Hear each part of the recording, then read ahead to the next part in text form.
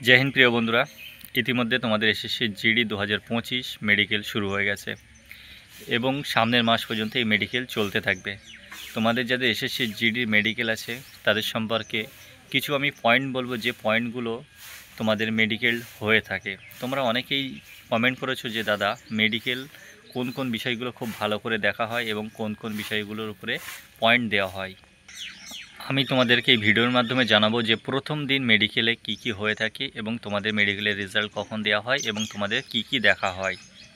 তো প্রিয় বন্ধুরা, তোমরা যখন সকালে তোমাদের মেডিকেলের টাইম যেটা দেওয়া থাকবে, যে ডেট দেওয়া থাকবে, সেই তারিখের আগের দিন তো অবশ্যই তোমরা সেই সেন্টারে পৌঁছে যাবে। কারো কল্যাণী, কারো মালদা, কারো মুর্শিদাবাদ, রোশনবাগ, যার যেখানেই আছে সেখানে পৌঁছে যাবে। তো প্রিয় বন্ধুরা, তোমরা যখন সকালে এন্ট্রি করবে তোমাদের অ্যাডমিট কার্ড দেখিয়ে, তারপরে তোমাদের সকালে একটা বসার জায়গা দেওয়া হবে একটা হলের মধ্যে। সেই হলের মধ্যে তোমাদের বসে প্রথমে একটা ফর্ম ফিল আপ করানো হবে এবং ফর্ম ফিল আপের পরে তোমাদের মেডিকেল শুরু হবে। তোমাদের সেখানে সমস্ত ডকুমেন্ট ভেরিফিকেশন হবে। প্রথমে তোমাদের সমস্ত ডকুমেন্ট নেওয়া হবে, তোমাদের বাম আঙুলের ছাপ থেকে শুরু করে তোমাদের সমস্ত ডকুমেন্ট তোমরা জানো কী কী নেওয়া হবে।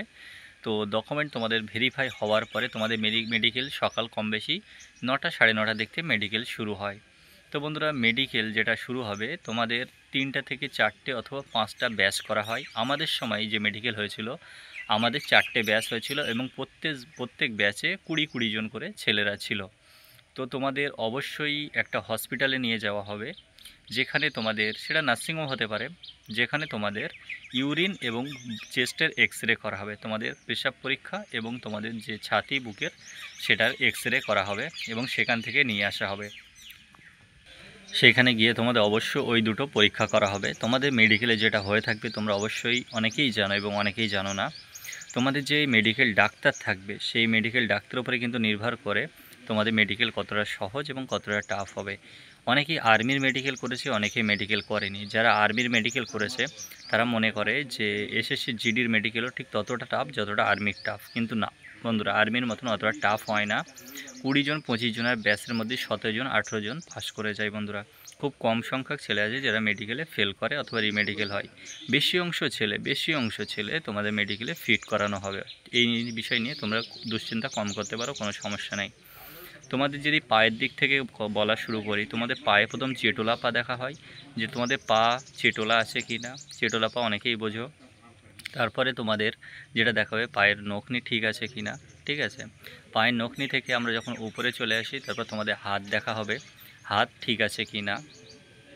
তোমাদের হাতের অনেকের ক্যারি অ্যাঙ্গেল থাকে, ক্যারি অ্যাঙ্গেল অনেক বেশি থাকলে বাদ যায়, অল্প অর্ধেক থাকলে কোনো সমস্যা নাই। ঠিক আছে, তারপরে তোমাদের চোখ দেখা হয়, চোখ তোমাদের দেখা হয় 6x6 আছে কি না। 20 মিটার দূর থেকে তোমাদের একটা বোর্ড দেখানো হবে, চার্ট দেখানো হবে, যে চার্টের মধ্যে তোমাদের দেখানো হবে যে বিভিন্ন রকম অক্ষর বিভিন্ন সাইজের, বড় থেকে ছোট পর্যন্ত 6x6 পর্যন্ত দেখানো হবে যে তোমাদের চোখ 6x6 আছে কি না। তারপরে তোমাদের ভিতরে নিয়ে যাওয়া হবে, ভিতরে নিয়ে গিয়ে তোমাদের পার্সোনাল একজন করে তোমাদের পার্সোনাল পার্টস থেকে শুরু করে তোমাদের চোখ, কান দেখা হবে, নাক দেখা হবে, দাঁত দেখা হবে। ঠিক আছে, সবগুলোই তোমাদের পরীক্ষা করা হবে। এবং অনেকের পাইলস থেকে থাকে, তো পাইলস যাদের আছে তাদের সেই ক্ষেত্রে একটু সমস্যা হয়। ঠিক আছে, তো সেই ক্ষেত্রেও সেটাও তোমাদের চেক করা হয়। তো প্রিয় বন্ধুরা, মেডিকেল সংক্রান্ত এতটুকুই তোমাদের ডিটেলস দেওয়া ছিল। তোমাদের যদি আরও কিছু জানার হয়, কারো কোনো ডাউট থেকে থাকে, অবশ্যই তোমরা কমেন্ট করো, আশা করি আমি উত্তর দিয়ে দেবো। অনেকেই কমেন্ট করেছিল যে দাদা হাতে কাটার দাগ আছে। কাটার দাগটা নিয়ে বলি, কাটার দাগ অনেকটা থাকলে, অনেক থাকলে তোমাদের রিমেডিকেল হওয়ার সম্ভাবনা আছে, কিন্তু 3 ইঞ্চির মধ্যে তোমাদের যদি কাটার দাগ থাকে আশা করি কিছু হবে না।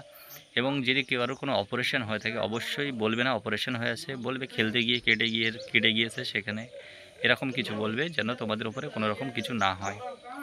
তো এই দিক থেকে বন্ধুরা খেয়াল রাখবে। ঠিক আছে, সব জায়গায় সব কিছু অনেক সময় সত্যি কথা বলা যায় না, তো সেই ক্ষেত্রে তোমরা একটু লুকানোর চেষ্টা করবে। থ্যাংক ইউ, জয় হিন্দ।